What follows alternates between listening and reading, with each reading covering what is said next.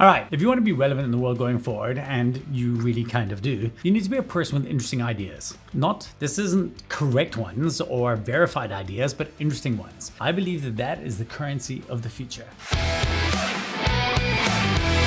You see, here's where most aspiring thought leaders get completely stuck. They're waiting. They're waiting until the idea is fully formed, waiting until they're certain or until they cannot be wrong. And by the time that moment arrives, they've missed the opportunity. Perfection is the enemy of relevance. Look, if you want to lead thinking in any space, you have to be willing to share risky, half-baked ideas. That's not a bug in the process, that is the process. Now, I want to draw a clear line here before you get upset. This is not a license to be reckless.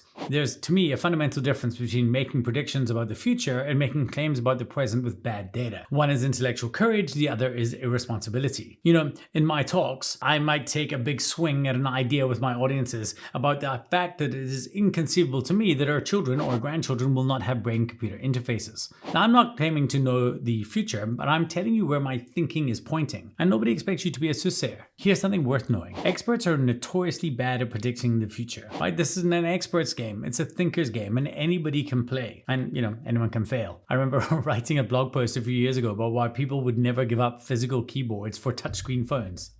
Awkward. I was staggeringly wrong, and you know what happened? Nothing. Nobody came back to tell me, and the world moved on. So did I. Because here's the truth about being wrong in public. There's a pretty good chance that the world will forget immediately. And what it doesn't forget, your silence. Right? If you sit in your idea too long, one of two things will happen. Either it will die quietly in your head, or somebody else will say it, maybe worse than you would have, and they get the credit. And here's the other trap. People are sharing safe ideas, agreeable takes. The thing that makes people hit like on LinkedIn.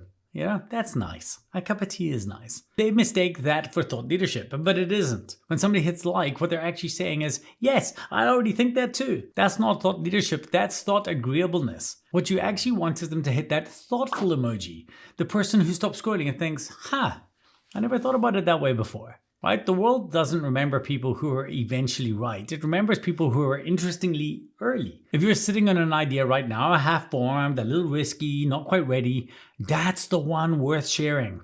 That's where your voice actually lives. That's where you can become a voice of authority. And that's exactly what my new program, entitled Becoming a Voice of Authority, is built for. People like you with half-baked ideas that they want to share. So scan the QR code and become part of the early cohorts and increase your relevance in a world that's trying to do just the opposite. If you want to lead thought, if you want to stay relevant, you have to be willing to take the risk and to share your ideas early. And I would really like to be the person that helps you do that. Peace.